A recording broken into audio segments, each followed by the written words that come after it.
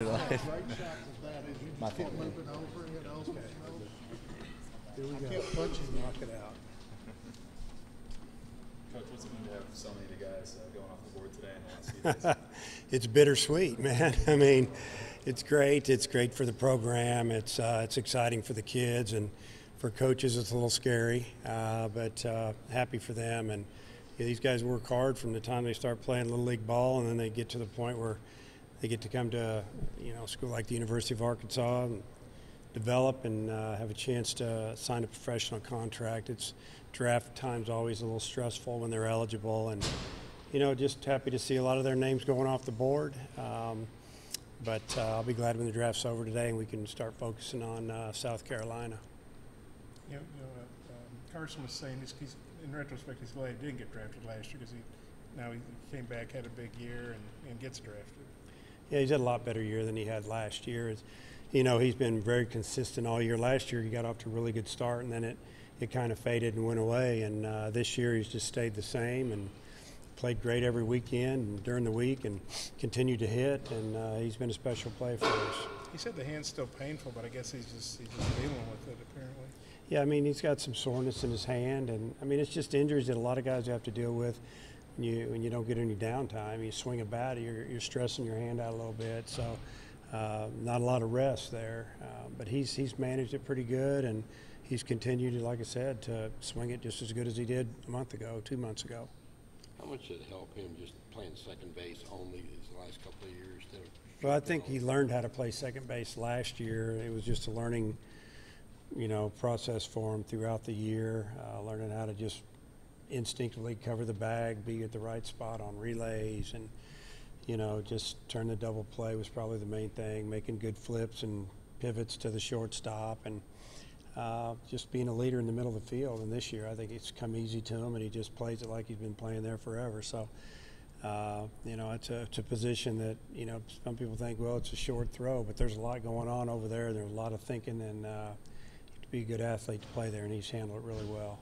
What do you think of the way South Carolina got off the deck this year and got to where they are? Well, they've always had great talent there, and they had some injuries early, had a coaching change, and I think that really the second half of the season you've seen more of what they're all about. They've been really good down the stretch, and won a lot of series and have made a move. And it's kind of what everybody expected this year from there. I know their preseason, there was a lot of expectation there, so it's going to be a great series. You've beaten them 3 out of 4. How do you feel about matching up with them again? Well, it's not ideal that we're playing an SEC school, but it's who we have to play. So we're just playing who they stick in front of us, and they know us, we know them. We've seen their pitch and they've seen ours, and could go on and on. It's just about winning 2 out of 3 now. So we're just going to play. Dave, how's your confidence in Blaine grown over the years, especially with what he's done this year? Well, I mean, just had a chance to watch him mature as a pitcher and as a player and as a person, really. He used to get upset and let things bother him out there a lot more than he has this year. I think this year you're seeing just someone who just learns how to pitch, and through things that maybe don't go his way, or a pitch he doesn't get, or gives up a big hit, he comes back and now he just battles and tries to get outs, make pitches, and doesn't get all caught up in all that's going on around him. And that's one reason he has 11 decisions, and he's given us a chance to win pretty much every time he's been on the mound. Do you feel good about how your signing class came through the draft? Yeah, so far. There's a few more rounds to go as we speak, but we feel good about it for the most part. There's always going to be something that goes on, or somebody's going to be taken late that's going to get paid a lot more money than the round says, and so we still won't know for a few weeks. Jalen Beeks is going to start for the Red Sox against the Tigers on Thursday. What are your thoughts on that? Well, I'm just real happy for Jalen. He's one of those kids that just continued to work extremely hard. He gotten bigger and stronger in the off season. He still lives in the area. He comes around and works out. Usually January, February, we see him around here in the indoor, throwing live off that mound or just throwing to a catcher, and been able to watch him a little bit. And his stuff has really gotten better with age and strength, and He battled injuries early, and now he's healthy, and he had a great season last year. We thought he was going to get a call up, and he's picked it up right where he left off, and just happy that he's getting an opportunity to pitch in the big leagues. And you got You plan to go Knight, Murphy, and then Campbell, and would you hold like a Ranich or a Rhino back game 3 if you needed? No, we won't hold anybody back. We'll try to, unless there was a blowout or something, we'll go right after it, try to win each game and just look at the situation. But that would be the order that we'd go. I don't know what their order is yet. I'm sure that the pitcher they threw Monday, we didn't see him. Hill got pulled out of the game with, I don't know, a back issue or a shoulder issue. We're not sure. But, I feel like we're going to see a right-hander. So whoever they throw at us, we'll try to be ready. Can you fall back on Campbell's performance here to, boost him back up after? Yeah, I think he actually threw Monday to some hitters live on the field and looked good. And we all have confidence in Isaiah. I think that when he gets back out on the hill, he'll do a great job. Did you ever talk with him and say some of the stuff you said after the game Monday to us, and just about, hey, you hated to do it, you still have confidence in him? Did you ever talk like that with him? No, Just didn't feel like it was necessary, or? no, not yet. Hey, the 3 regionals have all SEC teams. Do you think that's a coincidence, or I guess the upside is means 3 SEC teams will get to Omaha. The downside is you guys will be knocking each other off. Well, I don't think it was a coincidence totally, but you had a couple of number 2 and 3 and 4 seeds won, or 2 and 3 seeds that won their regionals. They were, so that's, maybe unexpected. We were all put on the same side of the bracket, which is interesting. So, it's just the way it works. I don't know what to say about it. We're just worried about South Carolina. It's a lot of talk on this. I know you probably spend a lot of time on Twitter.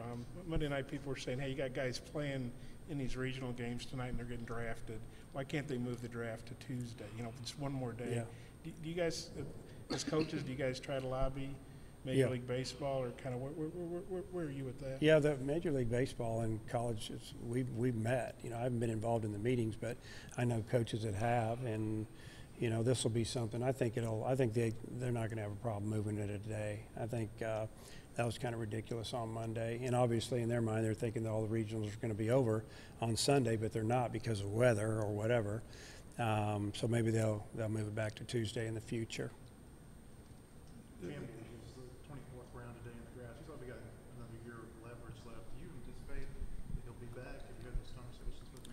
Yeah, we're hoping he'll come back. We feel like he's going to come back unless there's just, something really, really financial that he can't pass up. But as of right now, every indication is he's planning on coming back. Dave, you've obviously been to Omaha a lot. What's it like to be on the verge of doing it one more time? Well, you just have to try to, stay the course and practice each day and not think about, next week you got to get through, Saturday and Sunday and maybe even again on Monday. And just the message that I pass on to the team is you just, you can't think about it. You just got to go play and try to win what's in front of you and then go from there.